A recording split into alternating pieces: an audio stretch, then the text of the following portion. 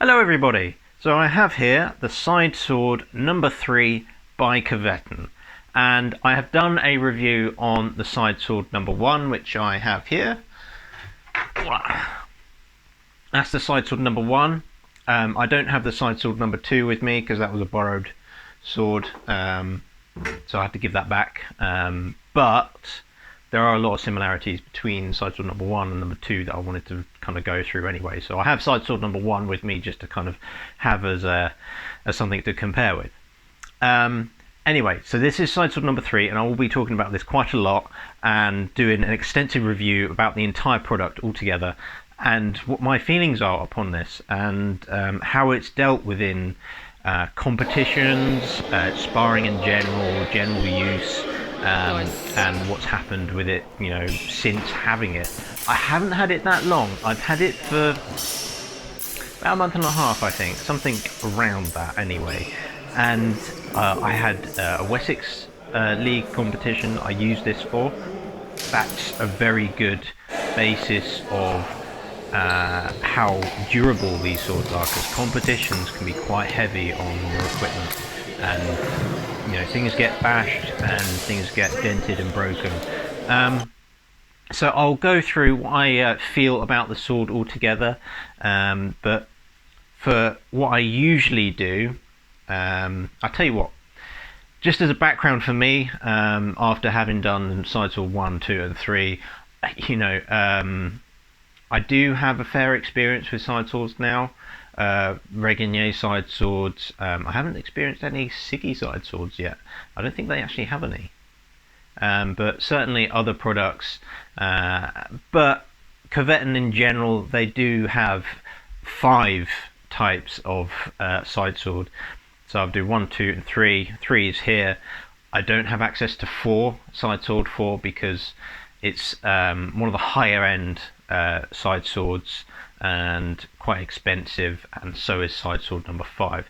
Maybe one day I will make a review on those 2 swords, but for now I'll probably move on and do other swords, and I'll tell you about that later. Okay, so side sword number 3 is going to have a base price of €380, and so that's quite a bit more than side sword number 1 and number 2. Okay, you're having an upgrade here, and there's reasons for that, of course. Big one is the swept hilt complex design that you have here, and the way that it's built. There's a lot more work done into this hilt, so that's going to ramp up the cost quite a bit. Okay, so just bear that in mind. Whereas side sword number 1 here has got a simpler, it's still a fairly complex hilt, but it's relatively more simple in its construction. Okay, so that's to bear in mind. Same for side sword number 2. It just has the 2 fingering side ring and an optional knuckle bow. So there you go. So the options you can have with this, it will say on the website, I'll have the link below of course, but you have an option of a rolled tip, a spatulated tip, or a rounded tip. I've gone for a rolled tip. Now just in this case I have put an electronic shrinking cap on the end here just for a little bit of extra safety. I'll talk about that later. You do have the option of a leather or a corded grip. Now I'll talk about that later as well. I went for corded grip, but I wasn't too happy about it, so I changed it myself, but we'll get to that in a little bit later. And you also have the option of a knuckle bow, which is an added extra €20 to your cost. Okay, so warranty is 1 year, and as I said in all the other Kvetun products, is that 1 year warranty, that does count. Something happens to your sword, go to them within that year, of course, and they will sort you out, and they're pretty good at that. Okay, so that's the 1 year warranty. I think we're pretty much there. When it comes to shipping and costing, you know, these are handmade objects. They're made to order. So if you're new to the HEMA scene, just remember that Kvetun on Amazon, or neither a Reginier or Siggy or any other products like that. These are handmade objects made by craftsmen, proper bladesmiths and metal workers, and these guys really do work hard at what they do. And you know, you're going to have variations within like these small measurements and bits and bobs, because these are handcrafted objects. Yeah, it's not like you can just take it off a rack. You know, they are making these to order. Okay, so we shall go through the sort of statistics and bits and bobs like that before I go to talking about each component altogether. Okay, so I have myself here a new little thing. I'm not going to be using baking scales, which is what I used to use. We're going to use proper scales where I can hang a sword from and get an accurate measurement. Okay, these are usually used for you know, packaging and weighing things like that, and if you're going on holiday you can weigh your suitcase. So okay, on the website it says 1200 grams. We shall see, so it's set to 0. I'm just going to hang it from the side ring here. Okay, and we have come to 1205 grams, like that. 1 kilo and 250 grams. So that's fine. That's pretty much exactly what it says on the website, and that's without the side knuckle boat. So obviously this knuckle boat is 5 grams. So that's fine. Yeah, it's exactly what it says on the website, and I'm happy with that. Okay. Other measurements. So we have, I'm not going to use my tape measure because you can't see what I'm doing. There's no point in me actually doing it, because I actually trust, and I've measured this before anyway, so there's no point in me doing it. But the blade length is 89 centimeters. That's pretty good. You know, that's an average-ish type side sword measurement. It's leading towards some rapiers. You know, if you look at some of the statistics you get in the Wallace collection, some blade lengths, you know, and they're considered rapiers, is about this. So it's a bit of a strange sort of overlap of, you know, technicalities and what you consider a side sword or what you consider to be a rapier. Okay. Anyway, total length of 106 centimeters, and then we have a grip length of 9.5 centimeters, which is fine. My grip is I think my hand span is roughly it's like just over 10 centimeters or something like that. But just consider the fact that the way you grip it, it's not going to be well, maybe my hand's a little bit smaller than that. Maybe it's about 10 centimeters. Okay, so it's just going over the grip a little bit. But consider the fact that you will be holding it just like any other side sword, the index finger going over the finger ring, like so. So the pommel rests onto the palm of the hand, or the base of the hand there, just like that. Okay, so the grip is fine. Grip length is good. Okay, you do see a lot of products that have unrealistic sizes and dimensions, bigger for compensating for larger gloves, and I don't think that should be the case. I think the gloves should be obviously protective in every manner that they should be, but they shouldn't be so bulky that you have to change the dimensions of a sword, which also changes the way you fight with the sword. So yeah, anyway, I'm going to go through top to bottom, starting from the pommel to the tip. Okay, so we shall start with the pommel. This pommel shape, you see this in the 1500s quite a lot, even in the 1600s actually, early 1600s. This is very much typical of, well, any side sword from, you know, Western Europe, and, you know, going from Italy, Italian side swords. They're very common, you know, some English types, all that, you know, German types, all that kind of stuff. This is very common shape. However, you know, the ones that do survive are the ones that are pretty and worth keeping. So the Victorians obviously kept the ones that really mattered. And I'm sure in history there would have been a lot of plainer types, just like this, okay? The metal of this, as well as the actual furnishing, the swept hilt, including the knuckle bow, is blued. Okay, now it's only blued on the surface in a way that I had to clean this and it rubbed off. So at the moment, you know, the close-up footage I have is just literally out of the box, okay? And after having cleaned this, because I don't want it to rust, I want it to last as long as bloody possible, the bluing started to come off. I don't know if this has got to do with the fact that if you do blue or blacken your metal, it ends up just doing a very surface area. By the way, I used Autosol. I don't know how acidic that is or anything like that, but that is just surface polish stuff. And I only used a rag.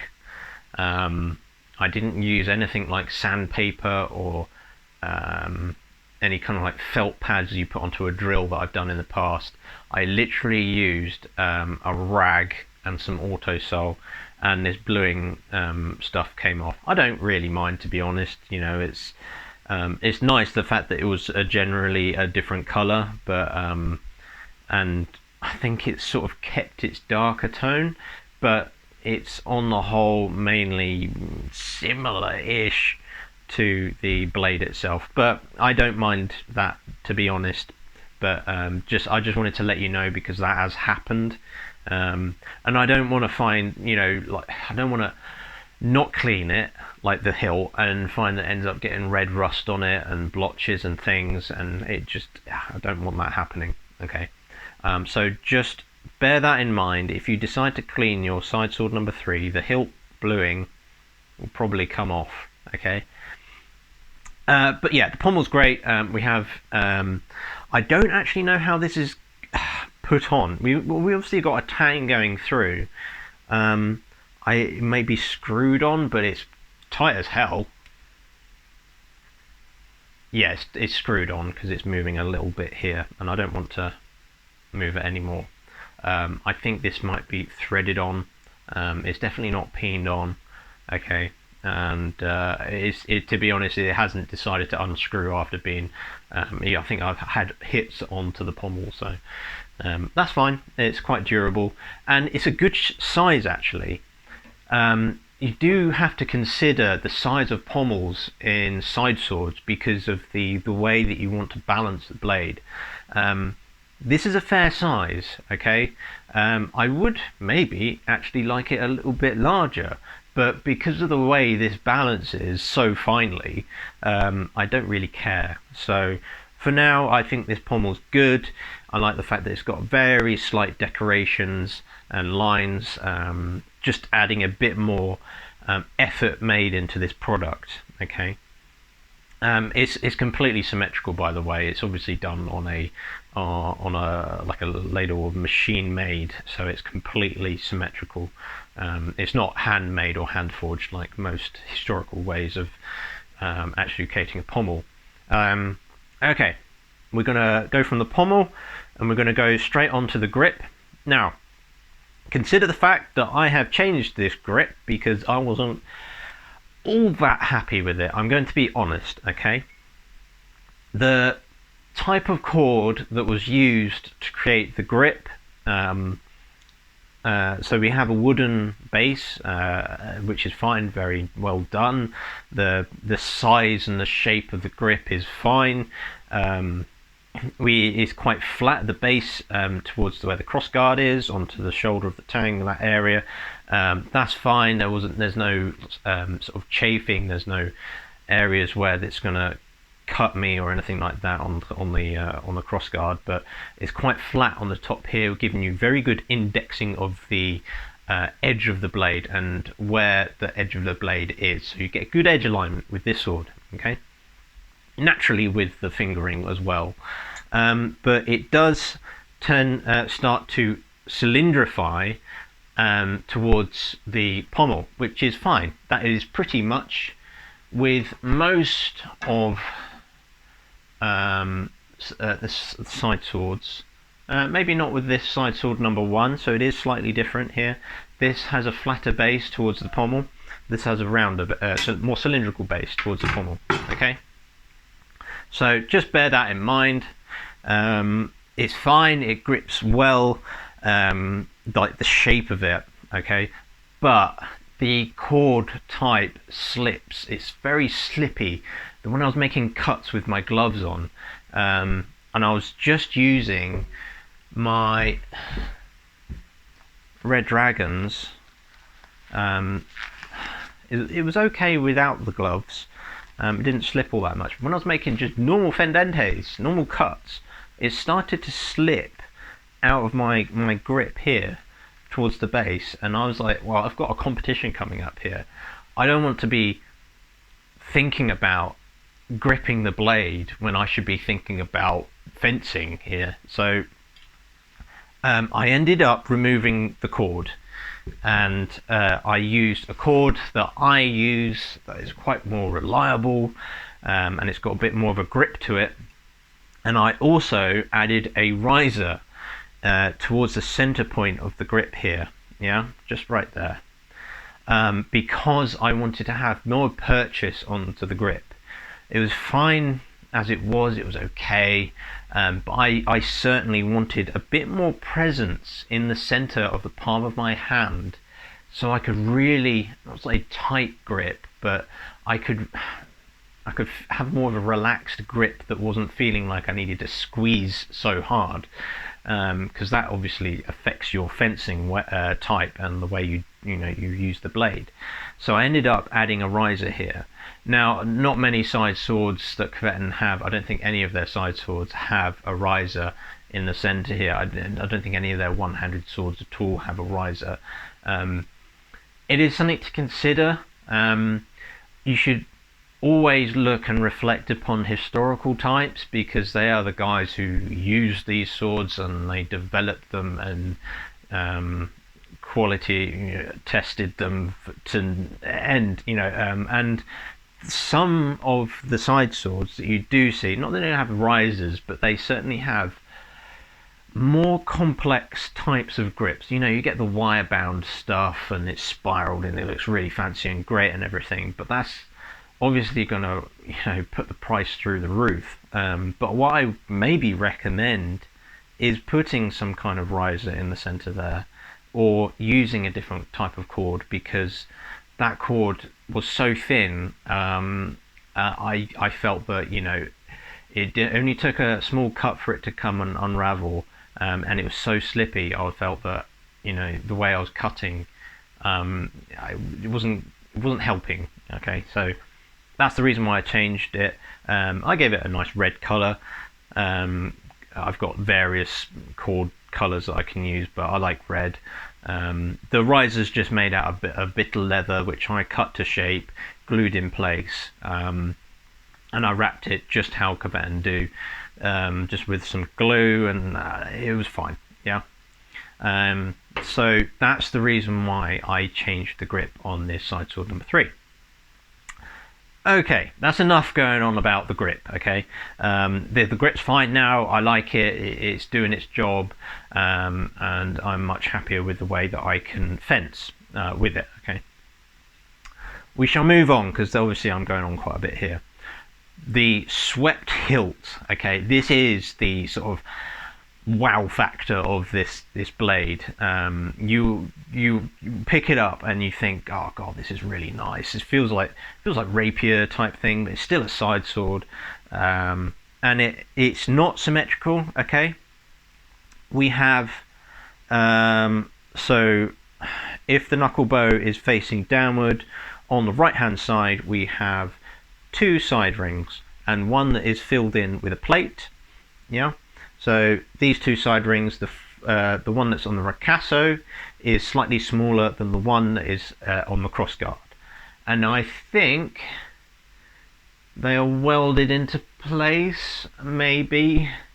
Yeah, they are, for sure. You can see a little bit of marking where that has been welded into place, but it is actually fairly clean, and it's well done. Okay, I don't think, because the thickness of these rings aren't gonna really, it's gonna take some hits. You'd have to be fencing against someone with a backsword or a longsword, which I'd never do anyway, to make these disc plates or these side rings to deform. Okay, by the way, I never recommend using a side sword against someone with a longsword for fun.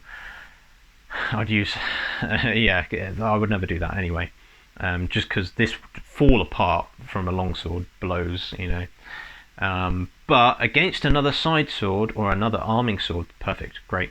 Yeah, this disc plate here is also spot welded in. Fine, it looks good. A little bit of design in here with the perforations within this little plate. It looks really nice. So that's a really good looking and pleasing to the eye type of side rings here. Okay, and we also have a mid rib or a mid sort of section here, just giving it a little bit of extra shape, and there's a swelling onto the center of the side ring in itself, and it does do a great way of protecting your knuckles. Okay, so if I put my gloves on, use Red Dragons or lacrosse gloves, they're just fine. Okay, or anything similar to that. Purple Heart Armory have a similar product to these Red Dragons. Okay, and just look at how that's protecting my knuckles. Okay, obviously there are ways of cutting around the side rings, of course, but it does protect you from blade strikes and passing strikes that will lead down. So if I use my other sword here, these kind of binds are going to protect my knuckles quite a bit. Yeah, not from direct hits, but certainly from binds and winding and those kind of things that just one side ring probably won't do the job for. Okay, especially side sword number 2, which has a much smaller side ring, but it is a very robust side ring. Okay, but it looks good. Okay, so just look at the amount that is protecting my knuckles just off the get-go. Okay, so yeah, I do like those two side rings, very good. And on to the left hand side, okay, we have this swept 3-bar section here that's protecting the left side of my hand. So namely the sort of palm of the thumb and all the thumb in itself. Yeah, it is protected by any cut. Pretty good. Okay, so those 3 bars look really nice. They're well placed, they're forged on in a way that is quite smooth. It's not rough in any way, and it all forms into a nice little section here. And yeah, I'll show you the close-ups. Sorry, my door seemed to open when I pressed onto it. Okay, anyway, so these 3 side rings look really nice. Okay, and again, they do form a lot of protection from binding, from small snipes and things like that. So again, any of these kind of binds that lead towards the hand, your thumb will be protected. Okay, it will be absolutely fine. Of course you can thrust right through it, but you'd have to end up getting a giant plate here, and it ends up becoming a cup hilted sword in itself. So The swept hilt looks nice, it's very pleasing, yeah, even without this knuckle bow this looks really nice in itself, okay. But the knuckle bow does actually add a nice little element to it. It does sort of finish off the product, but there are many side swords that don't have knuckle bows, okay. So let's talk about the knuckle bow. Yes, it's an extra 20 euros, but it is giving you a bit of protection underneath here, okay, especially for those little snipes that you can quickly just turn your wrist around and you are safe, okay. Obviously the quillon here is going to protect you from binding and that kind of another area here from direct hits and stuff, but it does sort of give it a bit more of a well-rounded look in its silhouette. But again, as I said, it is just fine without the knuckle bow, okay. The knuckle bow in itself is fairly thick, and it's taken some impacts, and it hasn't deformed. The knuckle bow in itself isn't too big, okay.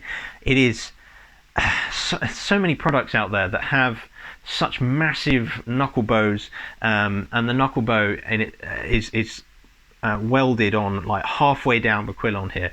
This knuckle bow forms just maybe on the first quarter of the quillon, and it is very smooth and it's a very nice arc, okay, and that is just enough to put your hand through, okay. I'm putting my gloves on again. It's not getting in the way, okay. So if you see here, there is nothing wrong going on. It's nice and tight. There's even maybe about 1.5 centimeters gap here, okay. So there's no need for these other products to create such massive knuckle bows for their side swords or sabers or anything like that that has to have a knuckle bow. Use the historical dimensions, okay. They are fine, they're good, because they did use gloves and things like that. So this knuckle bow is good. And then, you know, you've got this little sort of flick or extra bit just for an extra slight bit of design. It looks good, it looks pleasing to the eye, okay. Now let's talk about the quillons, okay. Again, well formed, well shaped and thick, okay, but in a way that it's not too thick. It's just right. We've got quillons with an escutcheon type. I don't know what the technical word is for this little V shape here that is used as like a reinforcement onto the ricasso of the blade. I don't know what that name is, okay. If you do know what it is, please let me know. But I'll call it an escutcheon for now because I like that word. But the quillons in themselves, yes, well formed. They're square shaped, and they swell towards the end, and they're obviously filed down to the point where, yeah, that's not gonna tear into my skin anytime soon. It's nice and smooth. It's been filed down. In itself, the whole hilt and all the blade, all the hilt construction, none of it's going to cut my hand, yeah. It's all of it, all the edges are well filed down, very smoothed off, so it's not going to catch on anything, it's not going to snag on anything and rip through my gloves anytime soon, okay. So that's great. But the length of these quillons, again, very historical. They're quite long, but most side swords started to have quite long quillons, and they're a nice shape, and they're going to protect my hand, especially into the bind, and that's good. That's what they should be doing, okay. So good quillons, yes, good.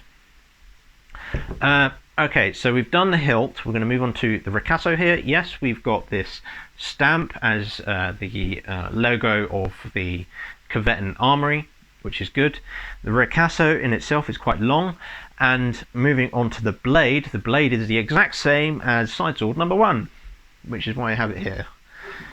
And it's not the same as side sword number 2. Side sword number 2 has a very different sword blade construction, but side sword number 1 and number 3 have the same length and same dimensions and hardness of 47 to 50 Rockwell, okay. So that does mean that if you buy this blade here, and then you think, oh, I like the blade on this, but I want something a little bit more protective, go for this. Okay. So the blade, we have a diamond section blade, okay, all the way along. We do have a ricasso that starts to come out after the hilt, and then it narrows down. It's very much distal tapered. It does thin along on the cross section and widthways. So yeah, in itself, if I do bend it, we're going to have a very stiff area here on the foot of the blade, and all that bending here onto the last section. You could get it to 90 degrees quite safely, okay?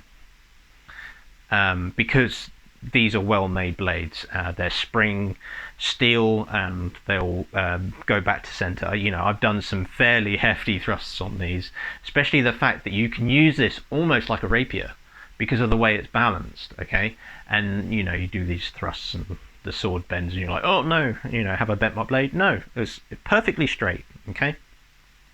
So good shaping, good dimensions of the blade, good length, and I like the tip as well. Rolled tip is what I go for naturally, but for competitions you're going to have a bit more. So I've got this electronical shrinking cap, which I've added a bit more tape to, but I will have to put, for Wessex they're a bit more you know, heavy on the safety, so I'll have to put some morph glue on, morph sort of like plastic stuff, hardens and creates this like a blob on the end, just makes it extra safe for the thrusts, okay?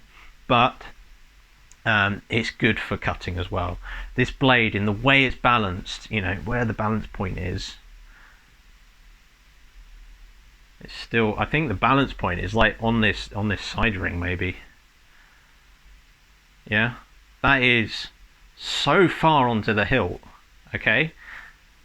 Yeah, and that gives it a very nimble point. Yeah, I can really move this point around very quickly, and still I can cut with it. Yeah, I reckon if this was a sharpened blade, it wouldn't be able to cut through much because it's such a thin blade, but for competition purposes this is great when it comes to cutting, because all that weight is onto the hilt and you can do nice flick cuts, nice sniping cuts, okay?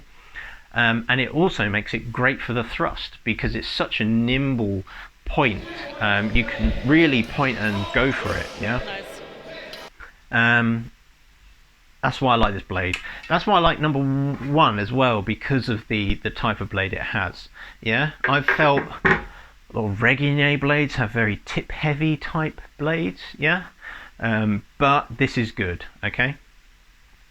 Now for sparring, you can use this for sword and buckler, which is good. I've got a buckler here, doesn't get in the way as long as you're playing it like Bolognese type style. You can still have the sword together with the buckler. It doesn't get in the way at any point, yeah? You can pass through, the hilt doesn't get in the way, so that's fine. You're not going to be in I-33, you don't tend to have your sword and buckler glued together like that anyway. It's fairly fluid, okay? Even in the Bolognese type where you're cutting around and moving around the buckler, the type of hilt that this has, the complex hilt, does not get in the way. I've had no issues of this getting snagged or getting in the way. You'd have to be a bit of a moron to end up really doing stuff like that to actually make it an issue. But sword and buckler, it's good by itself, fantastic, yeah? You can use this well with the point, as I have just said, and you can use it great for the cutting, yeah? I have some footage of me using this in competition, which I'll probably put throughout this somewhere. Like I said, it's great for the cuts, yeah? Nice sniping cuts and nice movements, yeah? And it's great for winding, but you must make sure that you do bind or parry towards the foot of the blade, because if you start parrying, binding towards the midsection or the foible, it's not very good at all, okay? You will end up getting cuts, you'll end up getting won over by a heavier blade type, okay? Just bear that in mind, yeah? the fort of the blade is where you should be parrying. Okay, so doing these types of parries, I don't want to hit the ceiling or hit my head. Yeah, I don't have much room here to do all that, but yeah, definitely parry towards the fort. Okay. So yeah, sparring's good, competition's good. This is good for Wessex League. There are several different rules, you know, in terms of if you're going to use an arming sword or a side sword or more onto the continent. Okay, so just bear that in mind. You're pouring a lot of money into this, and you don't want to find that you can't use it in a competition. Okay, so definitely bear that in mind. But for side sword, this is fantastic. This is the best side sword I have ever held or ever owned. Okay, this, for me personally, it goes far beyond anything that any other product company has made. Okay, they'd have to do a lot to make it better than this, just because of the way it's balanced, the amount of protection you get, the well, yeah, it's just good. Okay, this is high quality.